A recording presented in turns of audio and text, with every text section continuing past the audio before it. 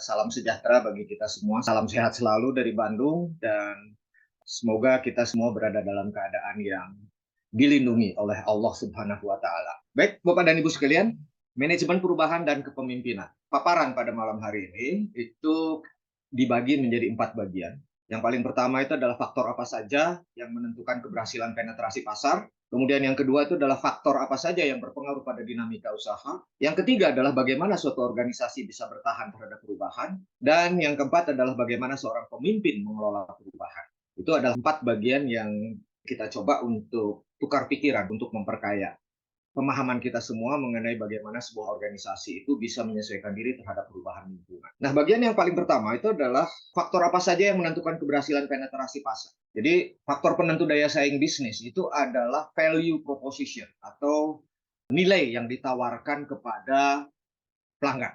Kesesuaian antara nilai yang ditawarkan kepada pelanggan dengan kebutuhan dan keinginan pelanggan itu akan menciptakan daya saing dalam sebuah proses bisnis. Jadi ada 3 bagian besar. Yang paling pertama itu adalah value creation, bagaimana kita menciptakan nilai yang bisa diterima oleh pelanggan. Kemudian yang kedua itu adalah value delivery, bagaimana kita menyampaikan nilai tersebut kepada pelanggan. Dan yang ketiga itu adalah proposition, apa yang kita tawarkan kepada pelanggan. Saya ingin menggarisbawahi sebuah contoh, ini yang saya kuasai betul-betul, karena contoh kasus ini terjadi real dan saya mengamati dengan sangat intens bagaimana sebuah dinamika usaha itu mempengaruhi tuntutan sebuah organisasi untuk berubah. Contoh yang saya sajikan pada malam hari ini adalah Bluebird dengan Grab. Bagaimana Bluebird sebagai pemimpin pasar dalam transportasi darat itu tergeser oleh Grab.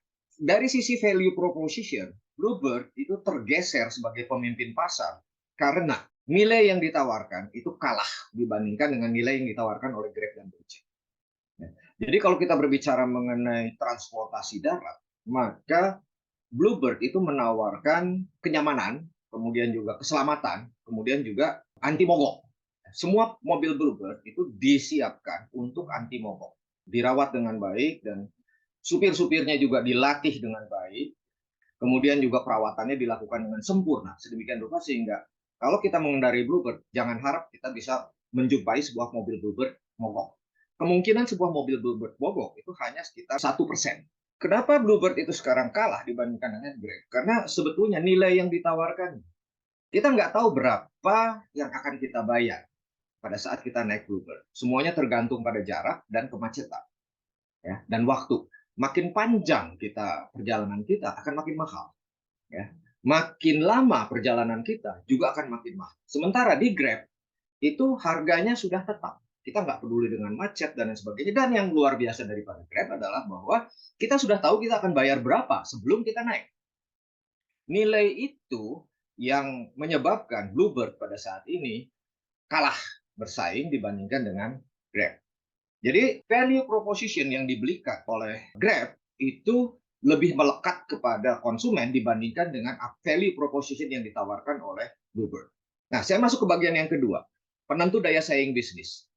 Jadi kalau misalkan saya berbicara daya saing dalam sebuah bisnis, maka saya akan kembali kepada teori klasik yaitu dari Michael A. Porter. Jadi kita akan melihat sebuah bisnis itu sebagai interaksi antara 7 faktor. Saya kasih tanda merah, karena tanda merah itu menyatakan bahwa faktor itu bisa saja berubah sewaktu-waktu. Saya menggambarkan bisnis kita itu ada di kotak putih. Di sekeliling bisnis kita, yang sebelah kiri itu ada pemasok, yang sebelah kanan itu adalah pelanggan, yang di atas itu adalah kompetitor, dan yang di bawah itu adalah produk pengganti. Di luar daripada sistem persaingan ini, ada 2 variabel yang punya pengaruh. Yang paling pertama itu adalah peraturan pemerintah, dan yang kedua itu adalah stakeholder. Jadi kalau misalkan kita lihat, daya saing bisnis itu bisa diperoleh ke arah kiri, yaitu bahwa kita bisa memperoleh bahan baku atau sumber daya yang lebih murah dibandingkan dengan pesaing. Tapi seandainya pesaing juga bisa mendapatkan bahan baku atau sumber daya yang lebih murah juga daripada kita, maka kita akan mengalami ancaman. Daya saing kita akan turun. Ke arah kanan, bisnis punya keterikatan terhadap pelanggan. Jadi kalau bisnis bisa menawarkan hal yang lebih pada pelanggan dibandingkan dengan pesaing, maka bisnis itu dikatakan mempunyai daya saing yang lebih kuat dibandingkan dengan pesaing. Ya. Jadi ke arah kiri dan ke arah kanan itu kita punya semacam keunggulan. Bagaimana pesaing bisa merebut keunggulan daripada kita, yaitu kalau misalkan sekarang pesaing itu bisa mendapatkan sumber daya yang lebih murah, atau pesaing bisa memberikan daya tarik yang lebih tinggi pada customer. Faktor itu bisa berubah. Berubah dari sisi apa? Yaitu dari sisi peraturan pemerintah dan dari sisi stakeholder. Sekarang, mari kita kembali ke contoh Grab dan Bluebird tadi. Vendor untuk Grab, untuk Bluebird, vendor untuk Bluebird itu adalah pabrik mobil. Sehingga Bluebird itu harus membayar lebih mahal jika dibandingkan dengan Grab. Sementara vendor untuk Grab itu adalah pemilik mobil yang mengkaryakan mobilnya untuk mendapatkan penghasilan tambahan. Jadi kalau misalkan kita lihat di sini, Grab punya satu keunggulan dibandingkan dengan Bluebird, dilihat dari sisi apa? Yaitu bahwa sumber daya yang dia perlukan untuk menjalankan usaha itu jauh lebih murah dibandingkan dengan Bluebird. Dan ini akan berpengaruh pada harga yang ditawarkan. Harga yang ditawarkan kepada pelanggan juga akan menjadi jauh lebih murah dibandingkan dengan Bluebird. Ke arah kanan, ke arah pelanggan, Grab menawarkan apa? Kepastian untuk berapa harga yang kita bayar sebelum kita naik. Sementara Bluebird kita nggak tahu berapa yang bakal kita bayar. Sampai dengan hari ini kita nggak tahu berapa yang bakal kita bayar dari satu titik ke titik yang lain. Ini semuanya mempengaruhi pada daya saing bisnis. Sekarang mari kita berbicara mengenai Gojek dan Grab. Kalau kita berbicara mengenai Bluebird dan Grab, tidak apple to apple. Tapi sekarang kita berbicara mengenai Gojek dan Grab, yang apple to apple. Kalau misalkan sekarang kita lihat, maka vendornya sama, yaitu adalah pemilik kendaraan yang ingin mendapatkan penghasilan ekstra dengan kendaraan yang mereka miliki. Pelanggannya juga sama, pelanggannya adalah mereka yang ingin agar tahu berapa ongkos yang akan dibayarkan sebelum naik. Apa perbedaan antara Gojek dengan Grab? Grab pada saat ini menawarkan ketepatan penjemputan. Kalau misalkan kita pakai Grab, kita tahu kapan kita akan dijemput. Dan kalau misalkan terlambat dari yang dijemput, kita akan mendapatkan diskon. Sementara Gojek itu menawarkan makanan yang kualitasnya jauh lebih beragam. Dan keanekaragamannya jauh lebih bagus dibandingkan dengan Grab. Jadi itu menentukan daya saing. Nah, kembali kepada Bluebird sekarang. Apa yang dilakukan oleh Bluebird? Karena mereka kalah bersaing dengan Grab, dengan Gojek. Jadi mereka terpaksa untuk naik level. Levelnya bukan level masyarakat umum, tapi sekarang levelnya level yang menawarkan kenyamanan, comfort. Jadi saat ini Bluebird terpaksa bekerja sama dengan BNI, kartu kredit, ya, kemudian juga menawarkan dengan berbagai macam bank, ya, untuk menawarkan. Dan tidak terelakkan lagi karena harganya menjadi mahal, ya, menawarkan diskon khusus untuk pemegang kartu kredit. Ini juga yang terjadi karena ketidakmampuan Bluebird untuk bersaing, maka harganya terpaksa dipotong untuk menyaingi harga dari Grab dan Gojek. Bagaimana sebuah organisasi bertahan atas perubahan. Pak Riko mengemukakan model 5C. Jadi untuk mencapai kesuksesan, maka seorang pribadi itu harus punya 5C. Dan model ini saya modified sedikit bagaimana sebuah organisasi itu bisa bertahan menghadapi perubahan. 5C for organization. Tapi dasar utamanya itu adalah model 5C yang dikembangkan oleh Pak Riko untuk personal. C yang pertama itu adalah core value, mission, vision. Ya, jadi nilai-nilai dasar, nilai-nilai inti, misi, dan visi. Yang itu semuanya nanti akan dikembangkan, merupakan sebuah lingkaran dari dalam keluar. Lingkaran yang kedua itu berkembang, value, misi, dan visi itu berkembang menjadi budaya organisasi. Ya. Berkembang keluar, budaya organisasi itu menjadi corporate kompetensi, kompetensi sebuah organisasi. Ya. Kemudian berkembang makin keluar itu adalah bagaimana sebuah bisnis itu mempertahankan pelanggan-pelanggannya. Dan yang terakhir, lingkaran yang paling luar itu adalah bagaimana sebuah organisasi itu punya tanggung jawab sosial. Model ini dikembangkan oleh Pak Riko kurang lebih pada tahun 2001-2002 dan sampai dengan saat ini saya merasa bahwa model ini adalah model yang paling relevan untuk menganalisis bagaimana sebuah organisasi mengatasi sebuah perubahan. Jika terjadi perubahan, maka pertanyaan pertama itu adalah apakah misi, visi, dan core values masih relevan dibandingkan dengan pesaing. Mari kita bandingkan antara visi dan misi Grab dengan visi dan misi Bluebird Group. Visi Grab adalah untuk menjadi yang terdepan di Asia Tenggara dengan memecahkan permasalahan transportasi yang ada serta memberikan kemudahan mobilitas pada 620 juta orang di Asia Tenggara setiap hari. Dengan misinya membuat platform transportasi yang paling aman, membuat semua orang dapat mengakses pelayanan transportasi yang baik, dan yang ketiga, meningkatkan taraf hidup mitra Grab. Jadi misinya tiga. Ya, terlihat bahwa misinya itu berbeda dengan misi Bluebird Group. Ya, kalau kita lihat visinya Bluebird Group menjadi perusahaan penyedia layanan jasa transportasi darat yang paling konsisten dan berkesinambungan guna menjamin para stakeholder, pemegang saham, pengemudi, staf, masyarakat, serta para supplier. Misinya untuk mencapai kepuasan pelanggan dan untuk membangun dan mempertahankan posisi pertama sebagai pemimpin pasar di setiap kategori di mana kami bersaing. Ya. Jadi misinya adalah untuk mencapai kepuasan pelanggan, mempertahankan posisi pertama. Itu misinya dari Bluebird. Kita lihat sekali bahwa visi dan misi itu akan menentukan, pertama kali itu akan menentukan apakah sebuah organisasi itu bisa bersaing atau tidak menghadapi pesaing. Nggak heran kalau misalkan dengan visi yang semacam ini, Bluebird Group itu menjadi yang ketinggalan dibandingkan dengan Grab. Di sini kelihatan bahwa Grab itu punya visi untuk mengembangkan platform transportasi. Sementara visi dan misi Bluebird Group itu mencapai kepuasan pelanggan.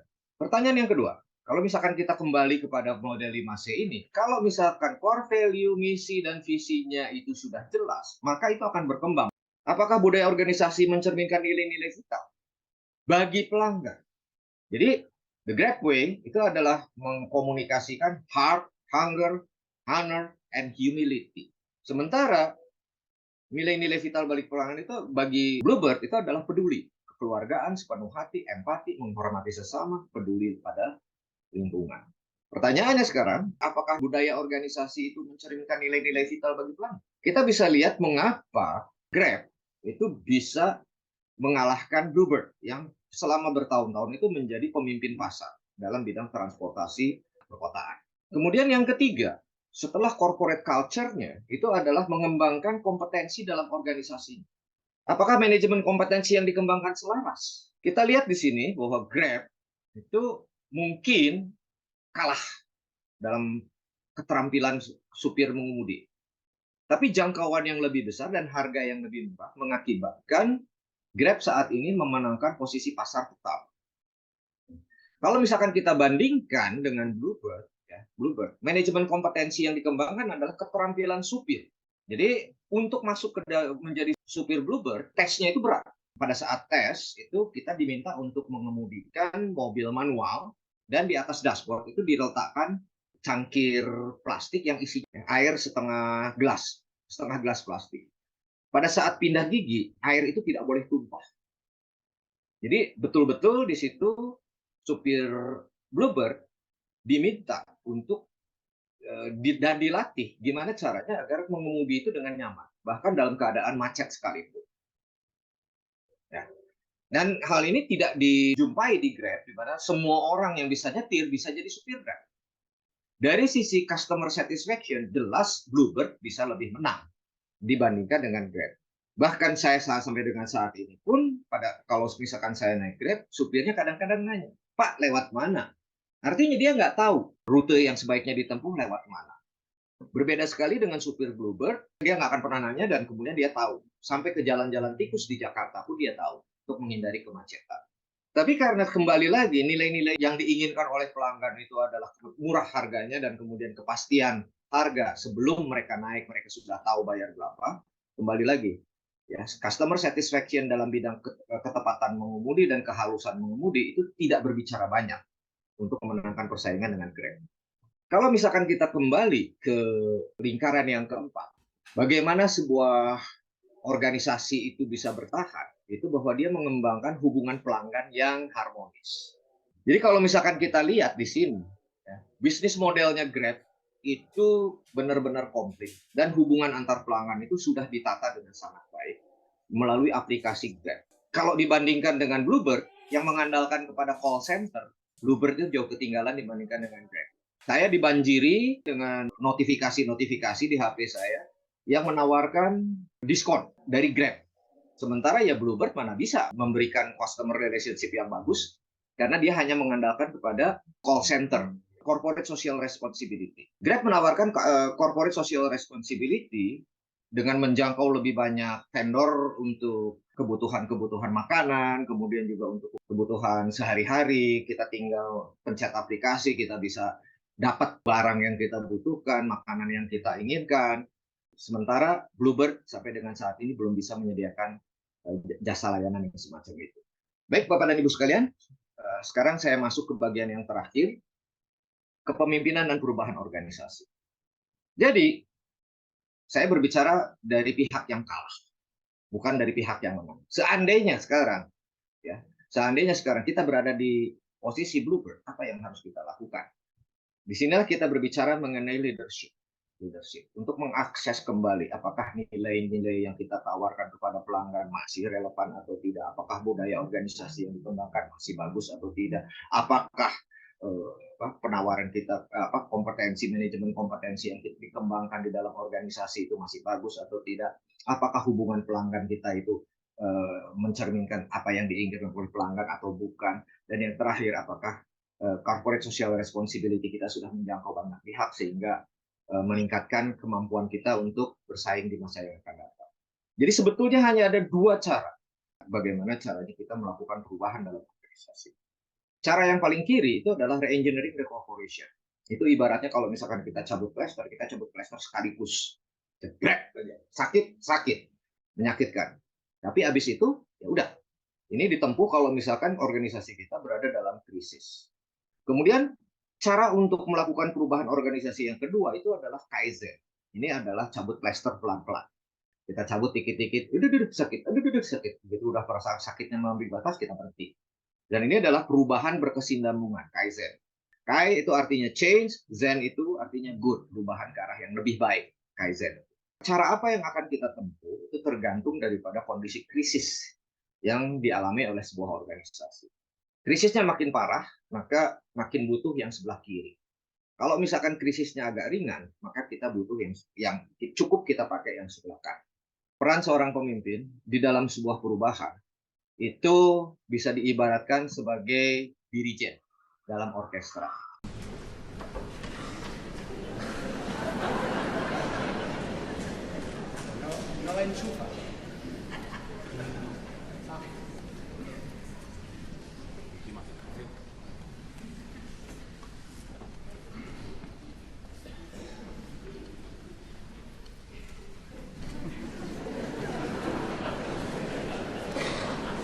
Podemos empezar o no sé si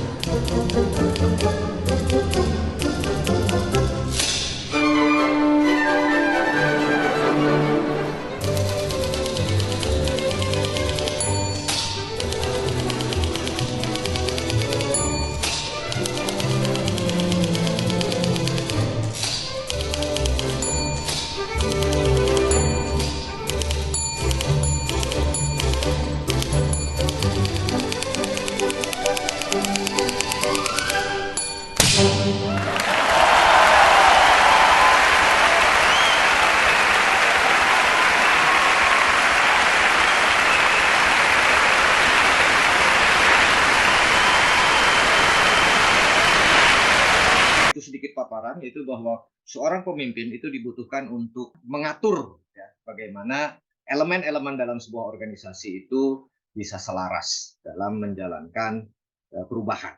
Itu sedikit ilustrasi, just kidding, ya, just kidding. Tapi intinya adalah bahwa perubahan itu hanya bisa terjadi dengan sebuah kepemimpinan. Ya, saya sengaja menggambarkan contoh tadi karena contoh yang saya punya itu adalah Jurgen Klopp, di mana dia bisa membawa perubahan. Terima kasih atas perhatian Bapak dan Ibu.